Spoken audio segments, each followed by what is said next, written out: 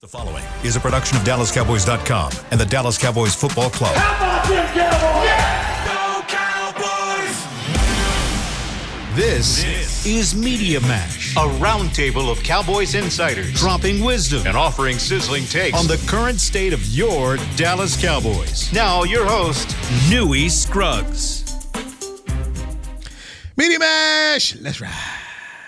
The playoff edition. Wednesday, hump day. Getting ready to go out to the Bay with Clay until the Fort Worth Star Telegram, Jon Machota of The Athletic. I'm Newy Scruggs. Okay, guys. It's here. John didn't think we'd be here, but we're here.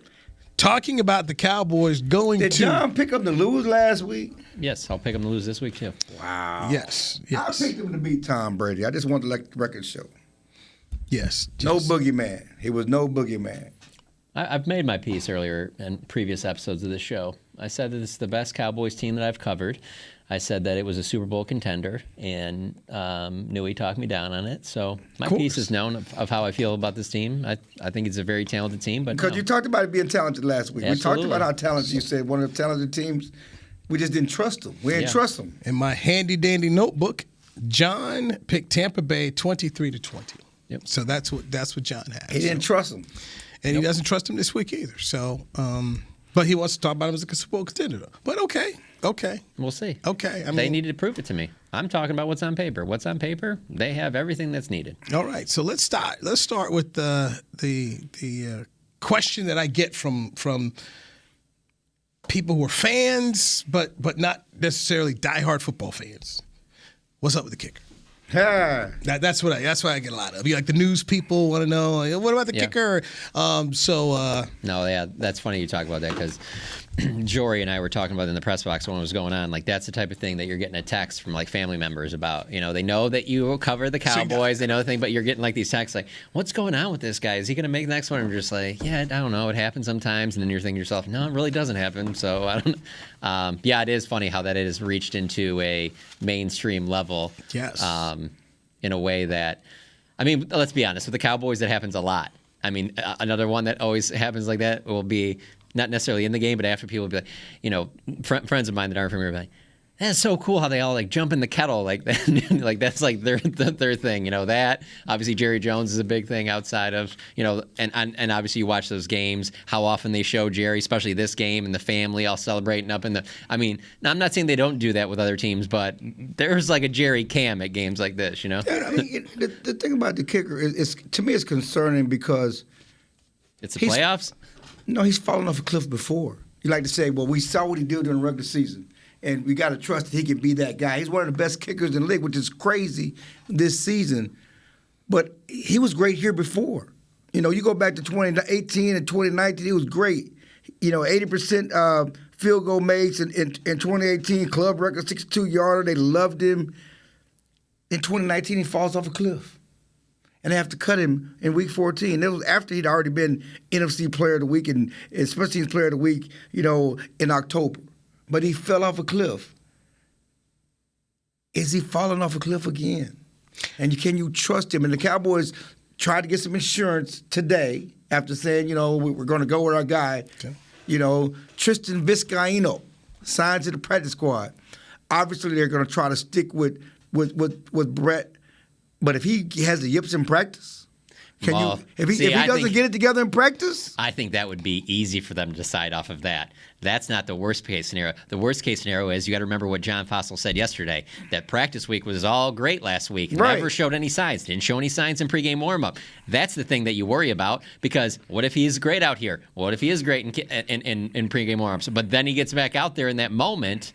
And then that happens again. Well, because let's be honest, one of the big talking points with Mike going into this game was how difficult it was going to be to trim it down to that 48. So you think that they're going to want to try and roll out there with two kickers? No, they're not. They can't do that. No, I agree. But my point is, yes, if he kicks well in practice, you have to try him out and trust him in the game. Right. But my point is, what if he doesn't kick well in practice? Well, then Tristan Vizcaino is your kicker. If he doesn't get it together even in practice, then you got to go with another guy. Even though Tristan Vizcaino, he's 3 for 3 this year. He's only played a couple of games on extra points, but he missed 5 last year. Yeah. It's not going to happen. happened. Go back to last year when we had that conference call, and I was kind of pressing Fossil about Legatron going into the playoff. Like, this dude's got some issues here. And he was like, yeah, we're kind of hoping he gets together. Like, hope? This is we hoping here. Well, going the Giants on the line. Legatron was bad all year. Right. Starting with the first game. And they stuck with starting with the offseason. So this guy has not been bad all year. So that's what I'm saying. If Legatron was bad all year long and they still rolled out with him in a playoff game, this guy's going to be there against San Francisco. So that's just what again, if he is horrible in practice, they can't in good conscience roll him out there. I'm just telling you, man. And if this guy shows any, I'm just saying, if he's horrible in practice, and I don't think he'll be horrible in practice because it's going to be in pristine conditions. I guess they're going to put the little piece of paper out there, to make sure he can. Grass. It won't be a rush, But my God, I mean, it's amazing because I would say this: outside of Michael Parsons, for the bulk of the season, there's nobody on the team, Michael Parsons, I guess Zach Martin, there was nobody on the team who was better at their job, better at doing what they were doing than Brett Maher. Correct. Nobody. So, based on this, is it as simple as what Dak Prescott said at the press conference to us all? Hey, I had a pretty S game in Washington and came back from it, and that he'll do it again? Because it's mental. Again, he's done it before. He fell off a cliff before and couldn't get it back. So you tell me you don't trust him? I don't know. Oh, I don't know how anybody could put trust in the situation right now. I don't know how you can hope. There's hope that it gets back, but trust, I mean, oof. I don't know. Four extra points? Trust requires three things. Yeah, I mean, it's not like Dak. I mean, the quarterback, we've seen Dak do it before. He's a quarterback, the ball's in his hands every play, This is kicker. I mean, it's just a one-time situation, two-time situation game. You're trying it out there. And it'd be different if it was field goals. It'd be different if it was missing 40-yard field goals. We're talking about gimmies, supposed to be gimmies, extra freaking points, point after touchdowns. And then also if it's like week 11, you're like, all right, let's just keep going and we'll adjust accordingly. But it's like this is win or go home. Like it's going to impact on 2-point conversions. They're going to be going for 2 early on in this game, and then the other factor in this, or they could be going for 2 early on. And then the other factor in this is like, do you think that there's going to be blowouts? Like these games come down to every point matters. That was the crazy part during that game. Early part of the game was like he's missing them. Like sure enough, Brady's going to come back. Right. It's going, they're going to lose by 1 point. It's going to be because of the kicker. Everyone's going to blame Dak. Right, See what Dak didn't do in the fourth quarter. They're going to miss 4 extra points. But this game is different. This is a tough game. This is a good team. Every point matters. Every play matters. They're the underdog. They need every point, everything they can get to beat San Francisco. You cannot give kicks away. You can't give points away. You can't be going for 2 just because you don't trust the kicker. Well, based on all that, we were having this whole conversation. Bottom line is Brett Maher will be out there on Sunday at Levi Stadium to take on the 49ers as the Cowboys kicker. That's going to be what it is. So, cross your fingers. Have that dog that we had on our website who's praying for the Cowboys. Somebody got this praying dog for the Cowboys. We had a dog say a prayer for number 19. But he's going to be out there. And now maybe it's hoping, or maybe you rely on what they're trying to say the coaches are saying. It's been good all year long. That's what you have to do. But it's a talking point, and it leads perfect into what I like to call the 4 o'clock audience on Channel 5. It's a different type of audience where they care that, that poor kicker. Is he all right? The 4 o'clock audience care. 10 o'clock audience, they just want the gory details. They do. 4 o'clock audience, it's the older people, they care. They got there's empathy. There's empathy in the 4 o'clock audience. 10 o'clock, hey, you die. You lie. Give us the news. We're trying to go to bed. Right. So there's an empathy. People are concerned at 4 o'clock. How's the kicker? Is he all right? That young man talking. Well, he was distraught. As of yesterday, he was still distraught. I mean, that was curious that Fossil used the word distraught. He was still distraught the day after the game. Distraught. Yeah. That's not really. He's distraught and he got the yips. Yeah, those were the words that the special teams coach, of course, hell yeah, I want to keep him, but he's distraught and got the yips. Yeah, that's not exactly what you want. Again, week 11, you can deal, but playoffs, division round? Playoffs. You kidding me? Playoffs? trying to win the game. Distraught and got the yips. Those are not words I want from my kicker. And what did you follow? So that's what you say, like Dak. No, Dak was never distraught. So my next question is, what did you guys follow up with that? After he said the yips and distraught. We asked him about yips, and he had other guys who've had the yips and coaching them through them and all that other stuff. So, I mean, he can only say what he can say. Did he mention another Hall of Famer like last year when he compared Janikowski? Legatron he compared him to Tiger Woods, like a golfer Tiger Woods. Janikowski and Greg the Leg Zuerlein were the two that he said they've had the yips before, and then they've had a hot hand, and he believes in both. And so they're trying to get Brett back to having a hot hand. Well, he had a hot hand. Right. Then he fell off a cliff. And again, he's fallen off a cliff before, and if you remember, they stuck with him too long back then. Yes, they did. That was very mad. And we talked about that. They stuck with him too long back then. That was madding. But it is a sports type of thing. And that might have got Jason fired. That was the year Jason got fired. But it is also Because Jason could still be here. It's very sport.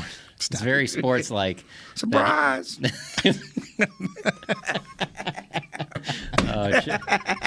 Chill's boots are back in Surprise, I'm here. He does this in the media room at least once every other day.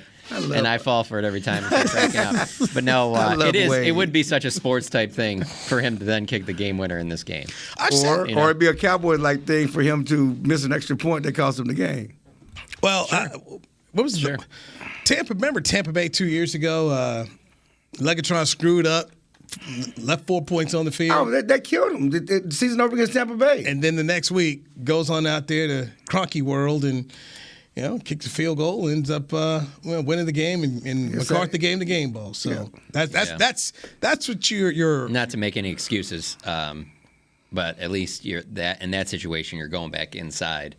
And so he's going to go from one outdoor to another, which is another thing that John Fossil mentioned. He's like, he hasn't kicked at Levi Stadium before. He's talking about it's outside, there's a wind and everything. Wind in North Carolina. It's not an easy place to kick. And the difference between Legatron is Legatron does have a track record, a championship track record, a Pro Bowl track record. This guy don't have that. Yeah, it's for me too. It's just difficult to see what's on the other side because you just have nothing to compare it to. When Fossil mentioned the Janikowski thing, he said it was a game against Arizona, and that was missed field goals. It's when you're missing extra points like that. That there's certainly a mental thing to that. That really does remind you of a yips thing, whether it be golf, whether it be a pitcher having difficulty throwing to first base. He can throw 100 to home, but he can't throw a simple. He's got to do it underhand and things like that to first. Like when it's extra points, that to me it's just real mental. Man. No man us, man him. Yeah, I need to call Children missed 4 extra points in a row. Did not miss 5, actually. We go back to Washington. It started in Washington game, 5 extra points in a row. Oof. But he made the last one. He made the last one. Hey. I wasn't even watching the game at that time. Did the last one go right through down the middle? Because we were writing at that time. You think I was watching that? I can't remember. I know he made it. But did it go right down the middle? Right down the middle. Okay, thank you. There you go. Got it back. The entire crowd cheered Train's for back him. on the track. The entire crowd cheered for him. That's right. The whole crowd cheered. That's right. I remember that. Everybody hit you mean the empathy. Cowboy fans that were left? Because the Buccaneers fans were gone. It's going to be kind of funny too in this game. They was out of there. Is they're going to get early in this game. They're going to get in what will be field goal range. It'll be like 4th and 2, and they're going to go for it. And people are going to think it's because of Maher, but let's be honest. Mike McCarthy's been really aggressive in those situations. It was asked of him yesterday about in the fourth quarter when they went for it on that 4th and 4, I think it was, that they ended up scoring the touchdown on, and Mike said it wasn't because of the field goal kicker. I mean, they have been pretty aggressive on offense, so I expect them to be the exact same way against San Francisco. I expect them, if it comes down to 4th and 2 on San Francisco's side of the field, I expect the Cowboys to go for it. All right, let's take our first break after all this negativity. I feel like I'm going to call Pat. Yeah, Don't even my bring in some daughter positive my things. daughter just texted me she got a ticket because she was driving fast. You got the money. That's why you're I here. don't. Yeah, And you do. she's 17, under 18. You don't need a ticket. Okay, so we'll be doing a show tomorrow. He's like, do y'all have a show on Friday? Because I could probably do that too. She goes, do you know who my dad is? I mean, Then she got a he leg. got the ticket. She got a heavy foot. I've been telling her to slow down. I wonder where she got that from. I don't drive fast. I really don't. Okay. When we come back, Old man driving.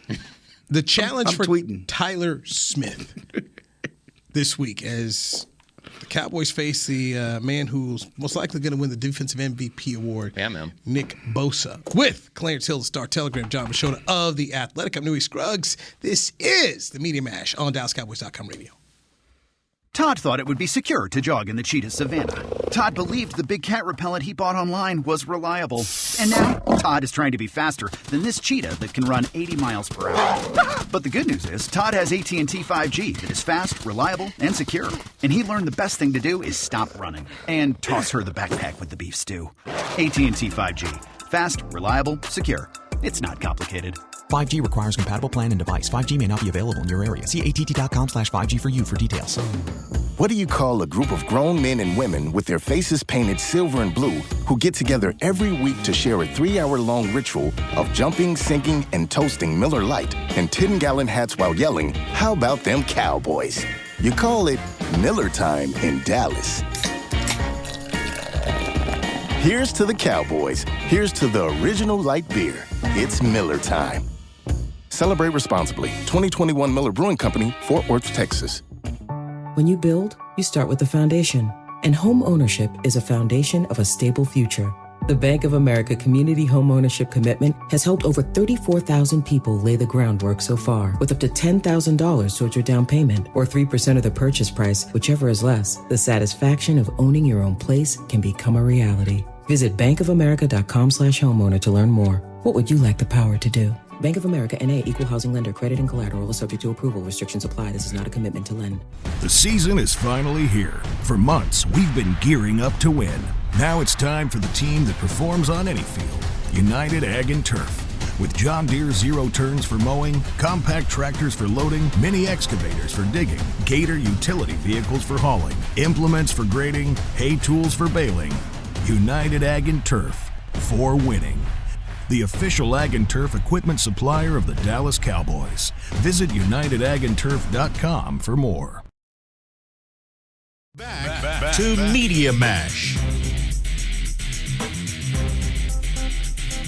The Dallas Cowboys are heading to Santa Clara to take on the San Francisco 49ers in the divisional round of the 2022 NFL playoffs. Come out to Miller Lite Lighthouse at AT&T Stadium for a free divisional watch party on Sunday, January 22nd. Cheer on the boys alongside the Dallas Cowboys cheerleaders and Rowdy while enjoying $5 Miller Lights. Lawn games, food trucks, and more. Gates will open at 4 p.m. Kickoff is at 5:30. For more information, visit DallasCowboys.com/playoffs. By the way, make that money, Jerry. It was packed last week. I heard it was packed. Tampa, man. I heard it was packed. Came out. Well, if it was packed for that game, it'll certainly be packed for this one. Of course. You know, it grows and grows as each round goes. So, Clarence Hill's Fort Worth Star Telegram, Jon Machota of The Athletic. I'm Newy Scruggs. This is the Media Mash. Tyler Smith spoke today. I came in late on Tyler Smith. And the thing I didn't want to ask because it was would have been repetitive, but the challenge for him having to deal with Joey Bosa. Nick Bosa, Joey's little brother. But he started off at left guard. Peters gets hurt, so he kicks out to left tackle. I'm anticipating him to be the left tackle for this game.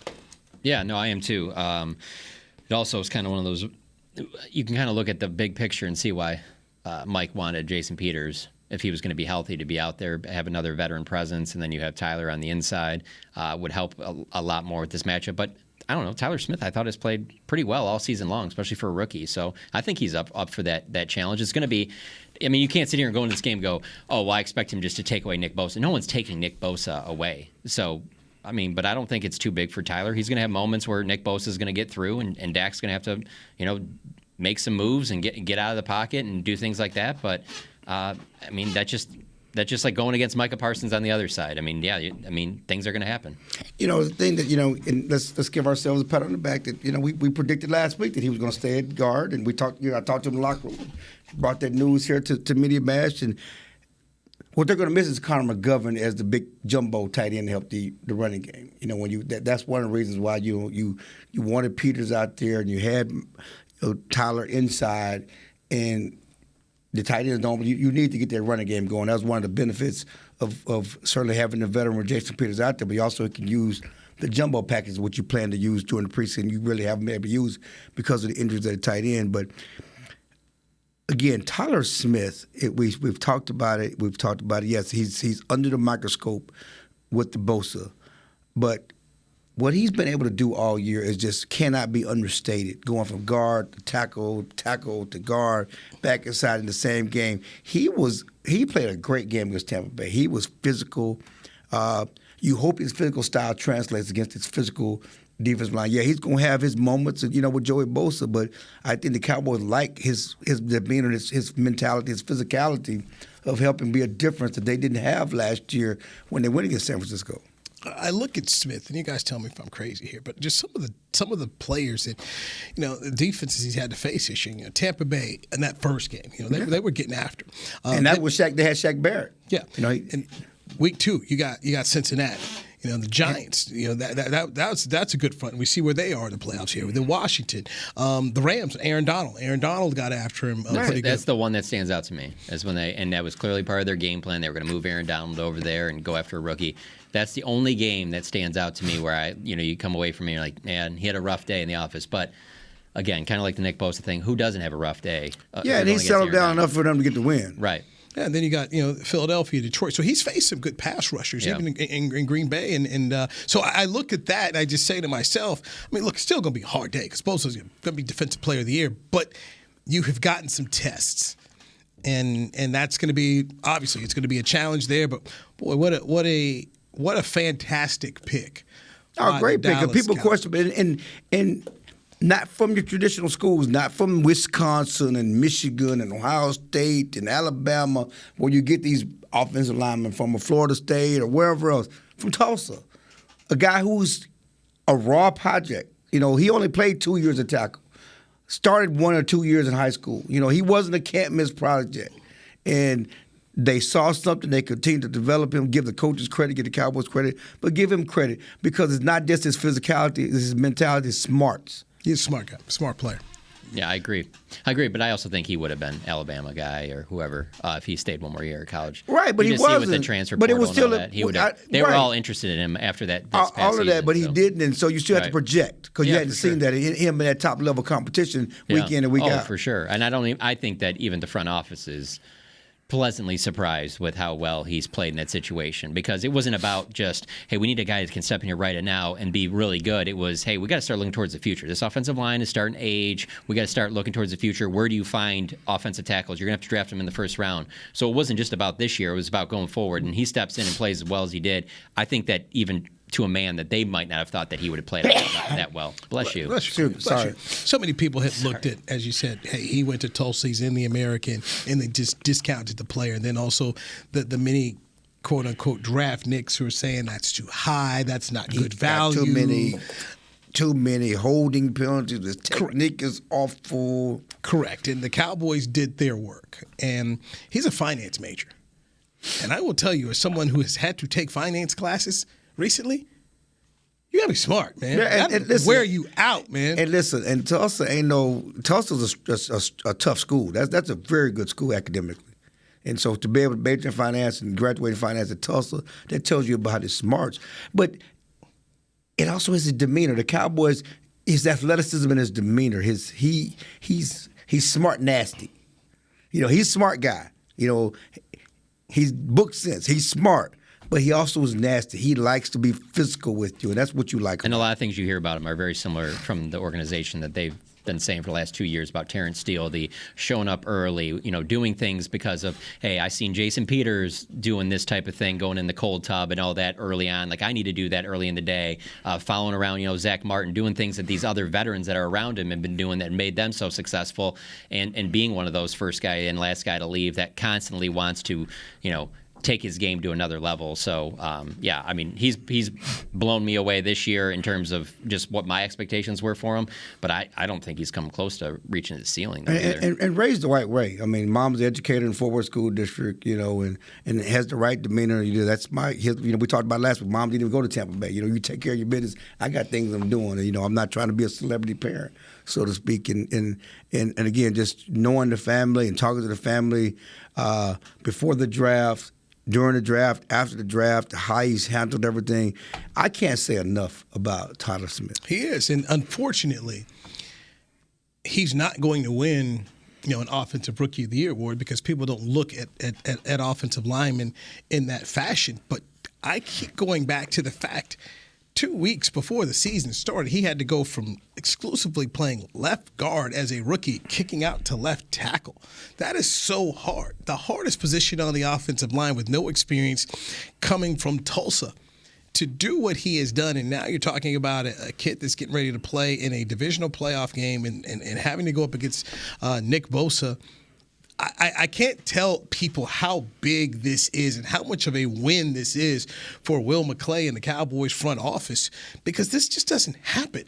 And then, all right, hey, you're in the middle of a playoff game against Tampa Bay. Peters goes out. All right, now you're the left tackle.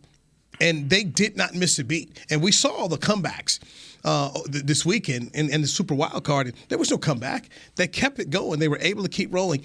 That speaks so much to him as a player.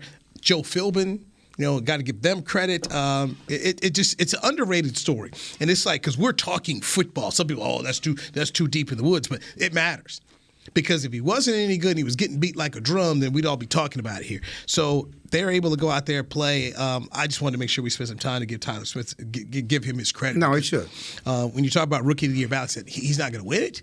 When they have the NFL honors, he's not going to win it. But boy, I'm sorry, and I don't. And I'm not going to sit here and tell you I know who is going to win it. I don't know, but it's probably some receiver, running back. But man. It also feeds into how good the Cowboys have been. I can't. Who was Offensive Rookie of the Year? Who's this year? Yeah. Oh, probably Garrett Wilson, Jets wide receiver. Yeah, Garrett. Well, I'm just trying to think of, but I'm trying to think of the candidates and. Kenneth Walker, the running back for the Seahawks. Oh yes, he didn't, but he wasn't even to start at the beginning of the season. Yeah. But I'm just trying to think of, the high picks. I know Sauce Gardner should win the Defensive Player of the Year. Yeah. The problem is though, also with those awards, is that look at the perception of the Cowboys' offensive line. I feel like to win an award like that, and as an offensive lineman, you'd almost have to go somewhere where it's just an awful offensive line, and all of a sudden you stabilized it. Yeah, exactly. Where I think just from afar, everybody still thinks this is but it's Cowboys. Not. I know, right? But I'm just saying, how those awards are voted on. Everyone's not looking into the fact of just like, no, this offensive line isn't the Cowboys one of the past. But speaking of those of the past, it also, the Tyler Smith pick just feeds into that, Just because you take an offensive lineman in the first round doesn't mean they're going to hit, but the Cowboys have hit on all of their first-round offensive linemen, going back to Tyron Smith, and it's not like they've all been these top 5 picks. There's just a lot of teams that continually draft offensive linemen high, and there's no guarantee that they're going to hit, but I feel like if you're a Cowboys fan, you just assume that because of how much success they've had drafting in the first round. Very good, very good draft for the Cowboys this year is one reason why they're also moving on. Divisional round to face the San Francisco 49ers on Sunday in Santa Clara. When we come back, I want to dive into number 4 with Jon Machota and Clarence Hill. I'm Newy Scruggs. This is Media Mash on DallasCowboys.com radio. The season is finally here. For months, we've been gearing up to win. Now it's time for the team that performs on any field, United Ag and Turf. With John Deere zero turns for mowing, compact tractors for loading, mini excavators for digging, Gator utility vehicles for hauling, implements for grading, hay tools for baling. United Ag and Turf, for winning. The official Ag and Turf equipment supplier of the Dallas Cowboys. Visit UnitedAgAndTurf.com for more. Todd thought it would be secure to jog in the cheetah savanna. Todd believed the big cat repellent he bought online was reliable. And now, Todd is trying to be faster than this cheetah that can run 80 miles per hour. But the good news is, Todd has AT&T 5G that is fast, reliable, and secure. And he learned the best thing to do is stop running and toss her the backpack with the beef stew. AT&T 5G. Fast, reliable, secure. It's not complicated. 5G requires compatible plan and device. 5G may not be available in your area. See att.com/5G for you for details. This week! Did you get to work on time? Yeah, but I just realized it's Sunday. Little Sweet says head on home. Dr. Pepper's on its way. So sweet, unique. Baby, there's nothing better. I bet you've probably done something that deserves a Dr. Pepper. Did you invest your nest egg in an NFT? Yeah, and I don't even know what that is. It's a non-fungible token. Everyone's done something that deserves a Dr. Pepper. When you build, you start with the foundation. And home ownership is a foundation of a stable future. The Bank of America Community Homeownership Commitment has helped over 34,000 people lay the groundwork so far, with up to $10,000 towards your down payment or 3% of the purchase price, whichever is less. The satisfaction of owning your own place can become a reality. Visit bankofamerica.com/homeowner to learn more. What would you like the power to do? Bank of America N.A. Equal Housing Lender. Credit and collateral is subject to approval. Restrictions apply. This is not a commitment to lend. Back to Media Mash.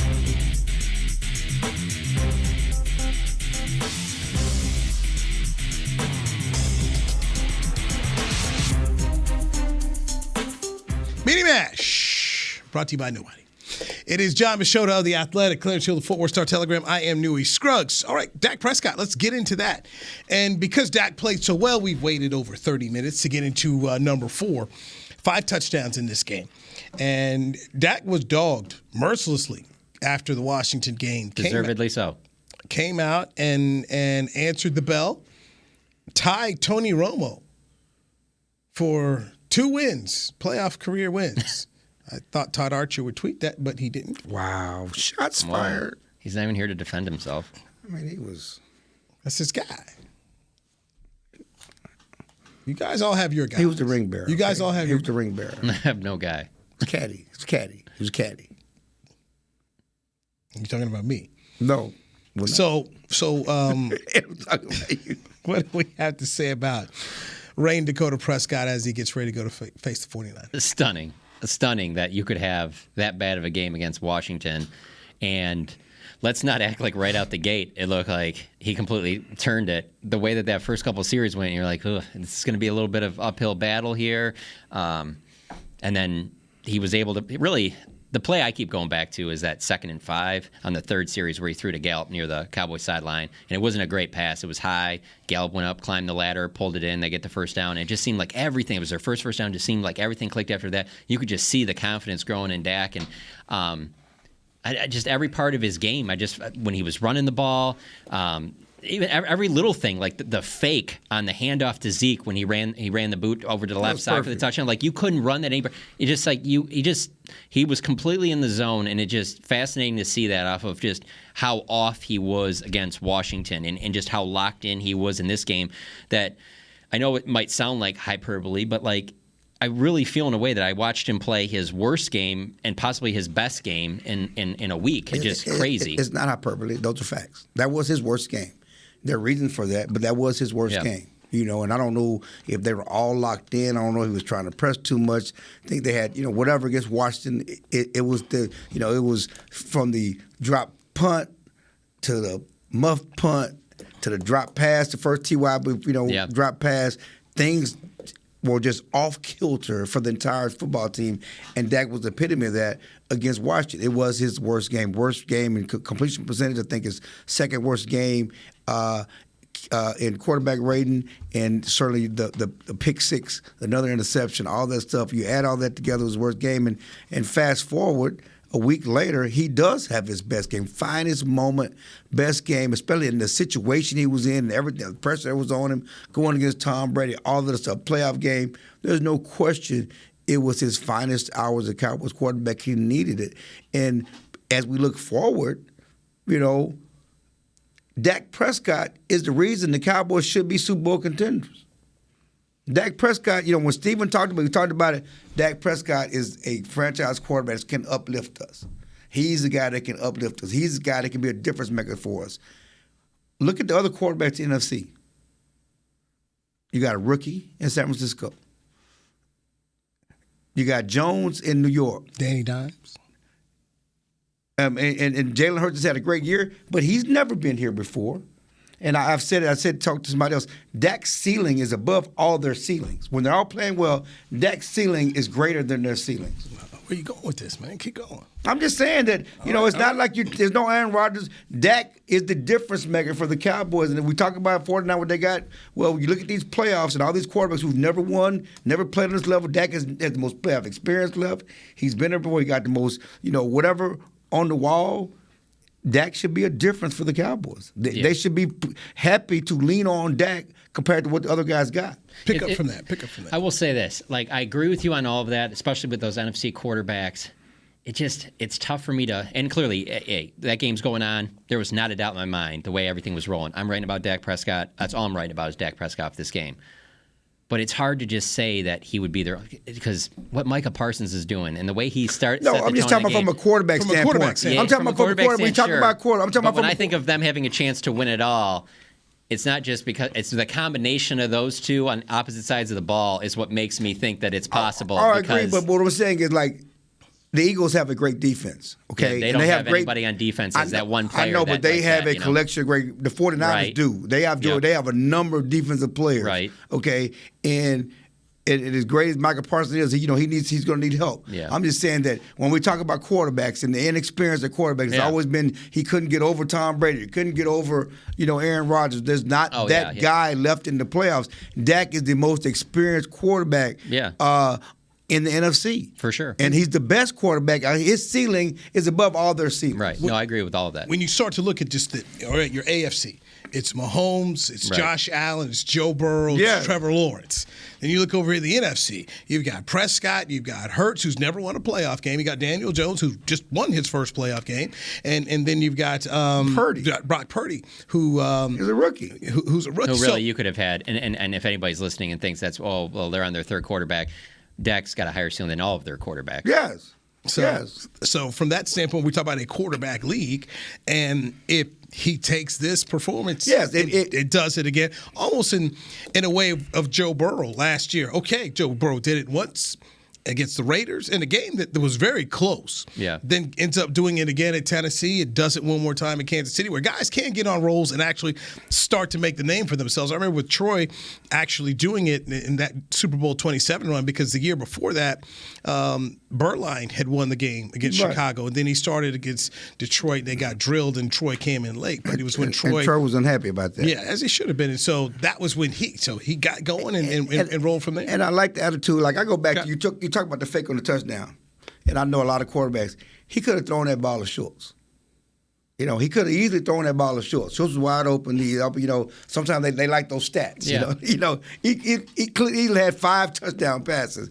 But I'm not taking any chances. I'm running this thing in. And his mobility, using his legs throughout that game, that was a difference, and that's going to be a difference for him in the playoffs, because his whole game, his entire game was on display. Use your legs. Don't take any chances. If you're questioning about it, throw it down, check it down, use your legs, and then get your big plays. What can CeeDee Lamb do against this defense?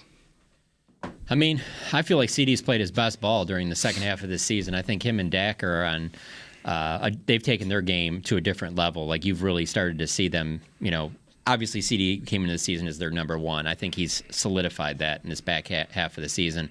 And again, the way that game started, the way he went to CeeDee on some simple throws, and that those weren't completed, that's where I was kind of like, is this just going to be a carryover from that Washington game? Because I believe for this team to be at their best on offense, CeeDee has to be playing well. And he has played well, and he looks healthy.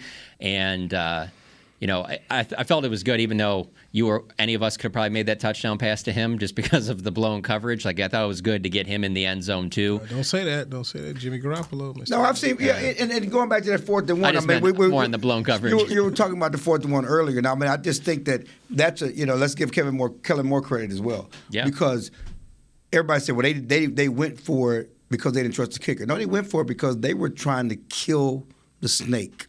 Yes. They were trying to cut the head. That was a kill shot. They had just scored a touchdown. The Cowboys had just had punted for the first time since the second quarter. They had opportunity to kill the snake, and everybody had it going. And everybody went so crazy over Doug Peterson's play call. In the playoff game on that 4th down call. Well, let's give Kevin Moore some credit. That play call on that 4th and that scheme. And you saw Schultz celebrating before CeeDee even caught the ball. They had them in a bag. They had them locked up.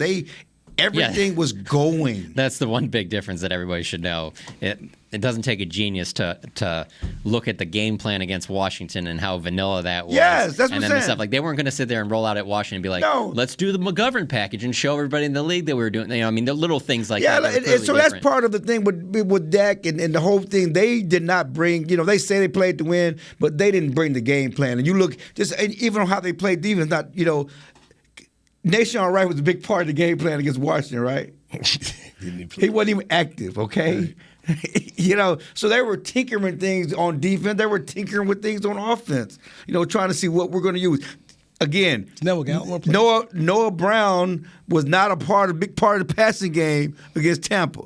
There were no deep shots to Noah Brown. He was barely out there on third. And T.Y. Hilton was a big. So, it was just a whole different game plan, different mentality by everyone. And certainly Dak was certainly the epitome. The other thing I just wanted to get at real quick, though, is when I was talking about Lamb, though, being better right now, I certainly expect him to be much better this time against San Francisco. Do you know what his numbers were last year in the playoff game? 1 catch and 7 targets, right? 5 targets. Well, I mean, they didn't score a lot of points. They scored 17 points, and, it's part of the game plan, part of the mentality. And they'll try and take him away in this one, too. They will, but I don't think they have great cornerbacks in San Francisco. They have a great defensive line. Yeah. They got my boy from Kansas City with the Cowboys is their best cornerback. He used to be with the Cowboys. Yeah, he was traded. Exactly I can't get my mind has gone blank. Yeah. But they're not Pro Bowl cornerbacks over there. So, defensive side, one, does Neville Gallimore get a? Is he playing this week? And how do you check Christian McCaffrey? Last week it was about stopping the pass. Okay, and so they went heavy in the secondary, light on defensive line. This week you have to stop the run. So I just don't see Gallimore and Bohanna being down. One of them should be up. Travarius Ward. Yeah, Travarius Ward. But one of them should be up this week, and they have to be physical. They have to tackle. They have to stop the run this week. Yeah, I agree with you on that. There's just so many fascinating matchups in this game because I look at McCaffrey and you're like, all right, so what do you do with that? Is that all Leighton Vander Esch? Or is it a combo of it's going to have to be some Leighton Vander Esch, some Donovan Wilson because of how much it's not like he's just a runner. He does so much in the pass game. And you have to get him on the ground. McCaffrey is stronger than you think. He's certainly shifty as they come and stronger than you think. You have to get Debo on the ground and you got to get him on the ground. And I'm glad you brought that up because that's one of the things that came out of the game that I thought was a little concerning was Trayvon Diggs' tackling in that previous game. Ooh. And you have to be able to tackle Debo. You cannot let him break tackles and make these big plays. And I just think Diggs is going to be on Debo a lot. And that's going to be he has to tackle better in this game. Oh, he has to be. He was turning down tackles and against the 40. I mean, not 49ers, but against Tampa Bay, he has to tackle. I mean, and Kittle is always going to be a factor, but I think they have the safeties, especially with J-Ron Curse, that they'll be able to, they'll be okay in that matchup. And Ayuk, I think they'll have guys for that matchup. But that McCaffrey in the pass game, how they're going to defend that, and then him breaking tackles and Debo Samuel breaking tackles, those are the biggest concerns. Yeah, those two guys are one that break your back. You got to contain Ayuk. I mean, you got to contain Debo, and you got to contain McCaffrey. It's going to be fascinating because Kyle Shanahan can call some plays here, and he goes up against Dan Quinn, who worked together in Atlanta, so they kind of have a feel for each other. And last year, Shanahan got the better of it. But I have said, going back to that game, while San Francisco won it, it was a close game. It became close. Their defense was not the issue. It was so much of what the Cowboys did offensively, just shooting themselves in the foot, all the high penalties. I mean, you just made it harder on yourselves. I think this Cowboys team would love to be in the exact same situation that last year's Cowboys team was in those final 5 minutes. I mean, for one, Warner's not on the field, Nick Bosa's not on the field, and I just feel where Dak is with this passing game coming off of that last game, they would love to have 4 minutes to go, a chance to score a touchdown. It wasn't the final drive. It was that drive before the final drive. They had a chance to go down there and win. And you say the defense wasn't an issue, but you can't give up that back-breaking run, that cutback run that Debo have. You cannot. Defense cannot give up those big plays. Correct. They cannot do that. But listen, you like your opportunities. Hey, you're glad you're here. We haven't talked about it. It's a short week. It's unfair. Life is unfair. They played on Saturday. The Cowboys played on Monday. It's a physical team. They got more rest than you. Jerry Love's been on played TV. On Monday last year. I'm just talking about this Cowboys team. I'm talking about this situation. Yes, I understand. I'm just talking about this Cowboys team in this situation. They do have the benefit of rest. Yes, it worked out for the Rams. I think the Rams were at home. They were at home, yeah. Yep. They weren't traveling from one coast to another coast. So all that factors in. But, hey, no one cares. I just see them being very well. They're not going to. It's not like they're going to be killing themselves in practice. Well, they're not. They're not in practice today. I just see a very, very motivated team. The way that all this is set up for them, there's no lack of motivation in any of these games. I mean, obviously you want to get a Super Bowl and all that too, but just the way everything's setting up to get by Tom Brady, to sit there and you get to face this 49ers team that those players feel like they were better than they played in that game last year. You get a chance to avenge that against a team that, hey, everybody loves right now. They're playing so well with Brock Purdy. Everything's going great for them. I just think there will be no shortage of motivation. All that said, and he's picking the 40. And yes, and it really. Yeah, Dak talked about that after the game. He said that before the game, that last week that DeMarcus Lawrence talked about that it's setting up perfectly for them. Yes. You get to play teams that beat you before, but you also get to play teams you're familiar with. And so you Tom Brady, you get to slay that dragon. Now we're all mad about the 49ers. Well, we get a chance to beat the 49ers. Then if you beat the 49ers, you get a chance to get the Eagles. So they're all familiar teams. There's the Giants at home. Or the Giants at home. And we're going to have to leave it right there. So thank you very much. Clarence Hill, Fort Worth Star-Telegram, Jon Machota, Athletic. I'm Newy Scruggs. This is Media Mash brought to you by DallasCowboys.com radio. It went so fast. This has been a production of DallasCowboys.com and the Dallas Cowboys Football Club. How about this, Cowboys? Yeah!